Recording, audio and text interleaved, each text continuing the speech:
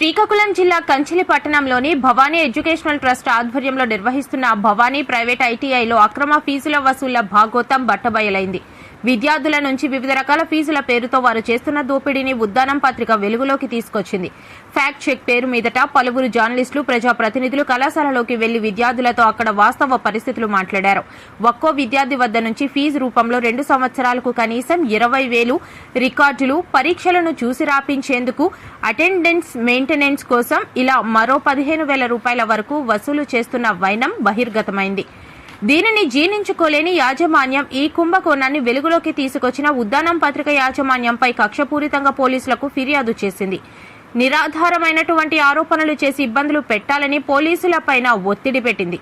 ఈ మేరకు కంచిలి ఎస్ఐ పారినాయుడు వారి ఫిర్యాదుపై ఉద్దానం సంపాదకులు శ్రీకాంత్ కు నోటీసులు జారీ చేసి వివరణ అడిగారు. జర్నలిజం చరిత్రలో పోలీసు నోటీసు అనేది ఒక కొత్త ఒరవడి అంటూ యూనియన్ నాయకులు ఆగ్రహం వ్యక్తం చేశారు.